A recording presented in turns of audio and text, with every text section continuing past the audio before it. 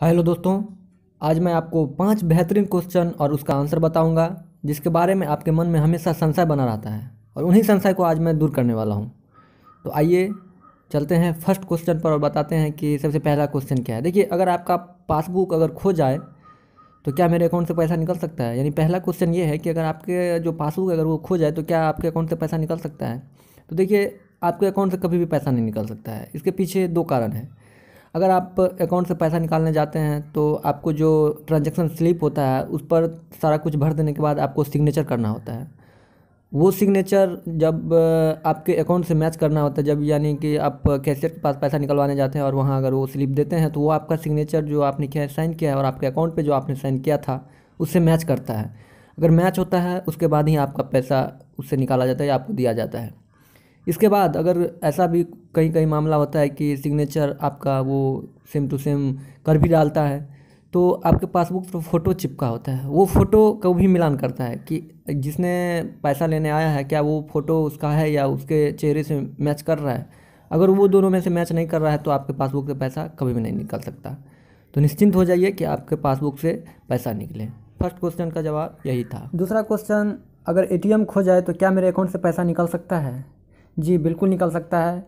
मैं आपको बता दूं कि ढेर सारी जो विदेशी ई कॉमर्स एप्लीकेशन ऐप है, मतलब कि ई कॉमर्स का मतलब ये हुआ जैसे कि आपने फ्लिपकार्ट या अमेजन का यूज करते हैं तो उसी टाइप का एक अलीबाबा नाम का या ढेर सारे हैं जो विदेशी ई कॉमर्स एप्लीकेशन हैं जिसमें आप ऑनलाइन आप सामान मंगवा सकते हैं। तो इन सारी ऐपों में क्या होता है ना, कुछ विदेशी ऐप में जो कि सिक्योर नहीं है वहाँ पर आपका एटीएम का सिर्फ जो 16 अंक का डिजिट होता है, कार्ड नंबर होता है, वो डाल दीजिए और सीवीवी नंबर डाल दीजिए, एक्सपायरी नंबर डाल दीजिए तो आपका ट्रांजैक्शन हो जाता है। यानी वहाँ पिन नहीं भी डालते हैं तो आपके अकाउंट से ट्रांजैक्शन हो जाता है। तो अगर आपका एटीएम खो जाता है तो ये समझिए कि आपके एटीएम से पैसा निकल सकता है।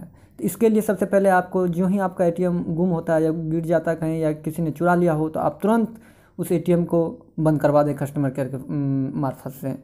तो दूसरे प्रश्न का ये जवाब था। तीसरा प्रश्न है कि अगर एटीएम मशीन में पिन डालते समय मेरा कोई अगर पिन देख लिया तो क्या मेरे को पैसा निकाल सकता है। देखिए, ये ऐसा कभी नहीं हो सकता। अगर आपका पिन किसी ने देख लिया हो तो वो आपके अकाउंट से पैसा नहीं निकाल सकता हो। लेकिन इसमें एक बात और है कि आपका पिन आपका वो देख लिया हो लेकिन आपके कार्ड का सारी जानकारी, अर्थात अगर उसके पास अगर कार्ड नहीं भी है लेकिन आपके कार्ड का जैसे कि 16 अंक का जो नंबर होता है वो अगर सीवीवी नंबर और एक्सपायरी डेट अगर उसने पता कर लिया है, अगर वो आपका पिन देख लिया तो समझ जाइए कि आपके एटीएम से पैसा निकाल सकता है वो। लेकिन अगर आपका वो सिर्फ पिन देखा हो तो वो आपका पैसा कभी भी नहीं निकाल सकता है, क्योंकि पैसा निकालने के लिए एटीएम के साथ साथ कैश का पिन का भी ज़रूरत होता है। तो बिना पिन का वो एटीएम से पैसा नहीं निकाल सकता। अगर पिन है तो बिना एटीएम का वो पैसा नहीं निकाल सकता। अगर एटीएम है तो वो बिना पिन का फिर पैसा नहीं निकाल सकता। इस तरह का वो एक दूसरे पर प्रोपोर्शन है। चौथा प्रश्न है, अगर फ़ोन पे, गूगल पे या कोई भी यूपीआई पेमेंट ऐप से अगर किसी ने यूपीआई पिन देख लिया तो क्या मेरे अकाउंट से पैसा निकाला जा सकता है।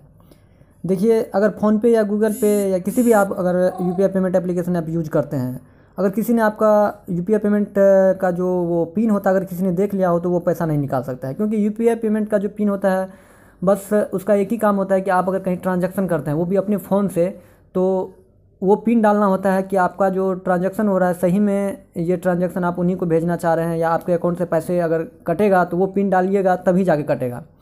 इसमें एक और बात है कि ये पिन वो जान लेता है, लेकिन अगर वो आपका फ़ोन ले लिया तो फिर वो आपके अकाउंट से पैसा निकाल सकता है। लेकिन अगर वो पिन जान रहा है लेकिन अगर आपका फ़ोन उसके पास नहीं है तो वो पैसा नहीं निकाल सकता है। क्योंकि अगर उस एप्लीकेशन में उस पिन का ज़रूरत है और वो एप्लीकेशन सिर्फ आप ही के मोबाइल नंबर पर काम करेगा, क्योंकि जो भी यूपीआई पेमेंट एप्लीकेशन ऐप है वो सारा मोबाइल नंबर पर काम करता है। बिना mobile number, registered mobile number के बिना कोई भी यूपीआई पेमेंट एप्लीकेशन ऐप काम नहीं करता है। तो आपका मोबाइल नंबर आपके पास रहेगा तो आपका यूपीआई पेमेंट ऐप भी आप ही के पास काम करेगा। अगर वो कहीं दूसरे के पास पहुंच जाता है आपका फ़ोन तो फिर वो आपके मोबाइल फ़ोन से या आपके अकाउंट से पैसा निकाल सकता है अगर उसको आपका पिन पता रहे। लेकिन सिर्फ वो पिन अगर देख लिया हो या पता कर लिया हो, अगर उसके पास अगर आपका फ़ोन अगर नहीं है या आपका रजिस्टर्ड मोबाइल नंबर उसके पास नहीं है तो वो आपका किसी भी सूरत में आपके अकाउंट से पैसा नहीं निकाल सकता है। ये इस बात से आप सिक्योर हो जाएं। पांचवा प्रश्न है कि अगर कहीं भी पैसा ट्रांसफ़र किया और मैसेज ना आए तो क्या मैं मान लूँ कि पैसा ट्रांसफ़र नहीं हुआ है। देखिए कुछ कुछ बैंकों में ऐसा होता है कि अगर कहीं आपने पैसा ट्रांसफ़र किया लेकिन तुरंत मैसेज नहीं आता है, वो कभी 1-2 घंटा लग जाता है या कभी 5 घंटा 6 घंटे के बाद भी मैसेज आता है। तो ऐसा नहीं कर सकते कि आपने कहीं पैसा ट्रांसफ़र किया और मैसेज नहीं आया तो आपने जहाँ पैसा ट्रांसफ़र किया वहाँ पैसा नहीं पहुँचा है। इससे बेहतर होगा कि आप जहाँ भेजे हैं या तो उसको आप बोल दीजिए कि चेक कर लेने के लिए, और नहीं तो आप उसे आप अपने अकाउंट में चेक कर सकते हैं। तो इस तरह से आप जानकारी ले सकते हैं। तो यही था 5 प्रश्न। अगर ये वीडियो आपको अच्छा लगे तो मेरे चैनल को सब्सक्राइब कीजिए, कमेंट कीजिए। धन्यवाद।